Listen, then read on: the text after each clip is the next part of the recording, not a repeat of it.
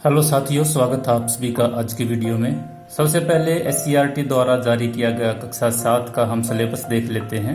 हमारा आज का विषय है चित्रकला और हमारी पुस्तक का नाम है कला सेतु। सबसे पहले अगर हम जून के प्रथम सप्ताह का सिलेबस देखें तो इसके अंदर हमने कैचअप प्रोग्राम करना है।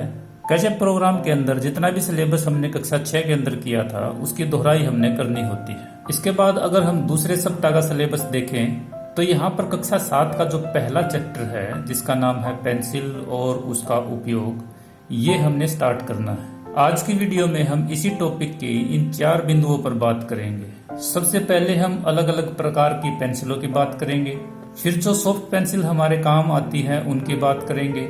इसके बाद 2B और 4B की पेंसिल से शेडिंग करेंगे और उसके बाद देखेंगे कि द्विआयामी से त्रिआयामी आकार कैसे बनाया जाता है। अब यहाँ पर आप वीडियो को रोककर तीसरे और चौथे सप्ताह का सिलेबस भी देख सकते हैं। इसके बाद अगले पेज पर अगर हम चलें तो यहाँ पर जुलाई का सिलेबस है, इसको भी आप देख सकते हैं। यहाँ पर आपके लिए एक महत्वपूर्ण सूचना है, ये कहता है कि in the last week of July, यानी कि जुलाई के अंतिम सप्ताह के अंदर हमारा फर्स्ट असेसमेंट टेस्ट होगा जिसके अंदर जून और जुलाई का सिलेबस आएगा। इसलिए हमने स्टार्टिंग से ही अपनी फुल तैयारी रखनी है ताकि जब भी ये एग्जाम हो हमें किसी प्रकार की कोई दिक्कत ना आए। आइए अब बुक देखते हैं और अपना पहला अध्याय स्टार्ट करते हैं। ये है कक्षा 7 की ड्राइंग की बुक जिसका नाम है कला सेतु। आज इसका हम पहला अध्याय जिसका नाम है पेंसिल और उसका उपयोग, इसको हल करेंगे। तो इस अध्याय के अंदर अलग अलग प्रकार की पेंसिलों के बारे में बताया गया है, वही हमने जानना है। यहाँ पर यह कहता है कि पेंसिलें अलग अलग प्रकार की होती हैं और विभिन्न ग्रेडों के अनुसार उनकी सॉफ्टनेस यानी कि जो मुलायम है वो पेंसिल होती जाती हैं और उनकी मोटाई भी बढ़ती जाएगी। यहाँ पर इसने 2 ड्राइंग की हुई है। एक ड्राइंग 2B की पेंसिल से की है, दूसरी ड्राइंग 4B की पेंसिल से की है। इसके बाद ये कहता है कि 2B और 4B पेंसिल के बाद 6B और 8B पेंसिल का भी प्रयोग होता है। अब मैं आपको अलग अलग ग्रेड की पेंसिल दिखा देता हूं जिसके आधार पर उनकी सॉफ्टनेस और मोटाई का आप अंदाजा लगा सकते हैं। ये HB की पेंसिल है जो हम आमतौर पर यूज करते हैं, इसकी मोटाई आप देख सकते हो। इसके बाद अगली जो पेंसिल है वो 2B की पेंसिल है, इसकी मोटाई उससे थोड़ी सी बढ़ जाएगी। इसके बाद अगर हम 4B की पेंसिल देखें तो इसकी मोटाई थोड़ी सी और बढ़ेगी, साथ के साथ ये सॉफ्ट होती जाएंगी। जब आप इनको छीलोगे तो बड़े ध्यान से छीलना पड़ता है, नहीं तो ये टूट जाती है। 6B की आप देख सकते हो, इसकी भी मोटाई बढ़ेगी। इसके बाद 8B की पेंसिल है, इसकी मोटाई और भी ज्यादा हो जाएगी। और जब हम 10B की पेंसिल देखते हैं तो 10B की पेंसिल इन सब से काफी मोटी होगी और सॉफ्ट भी होगी। जब इनको छीला जाता है तो बड़े ध्यान से छीलना पड़ता है। तो इस प्रकार से आपको ये पता चल चुका होगा कि जब भी ग्रेड बढ़ता है पेंसिल का तो उसकी सॉफ्टनेस भी बढ़ेगी और उसकी मोटाई भी बढ़ती है। अब आप इस ड्राइंग को अगर ध्यान से देखोगे तो यहाँ पर 2B की पेंसिल से 2 काम किए गए हैं। एक तो ये नीम का पत्ता बनाया गया है और दूसरा ये हिस्सा है। ये हिस्सा आपको ये बताने के लिए है कि किस प्रकार से हम एक ही पेंसिल से लाइट और डार्क ग्रेड हासिल कर सकते हैं। ये कैसे करते हैं ये मैं आपको एक बार बता देता हूँ।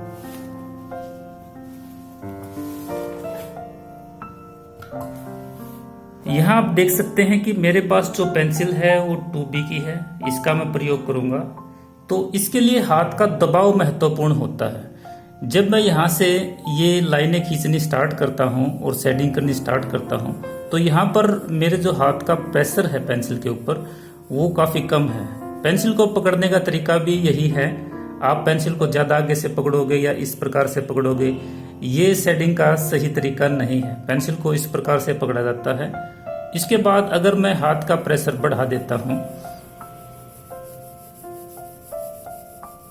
तो यही शेडिंग थोड़ी सी डार्क होती जाएगी, और ज्यादा प्रेशर बढ़ाऊंगा तो और ज्यादा डार्क हो जाएगी।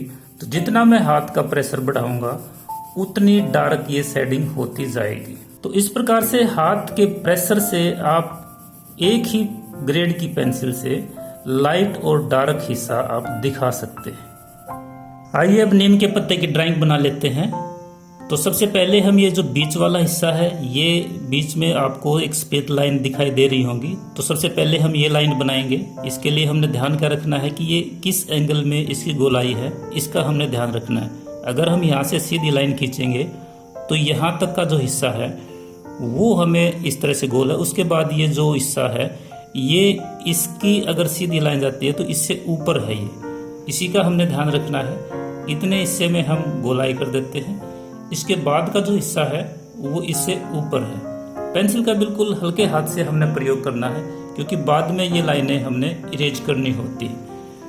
इसके बाद हम ये ऊपर वाला हिस्सा बना लेते हैं। तो पहले कुछ हिस्सा सीधा है और इसके बाद ये हिस्सा ऊपर जाएगा।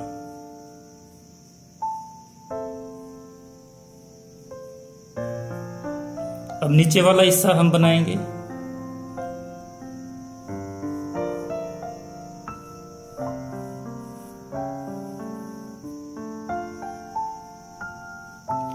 पहले हम सीधी लाइन खींच लेते हैं। ये जितने भी कट दिखाए गए हैं ये बाद में बन जाएंगे। अब हम इन कट को बना लेते हैं।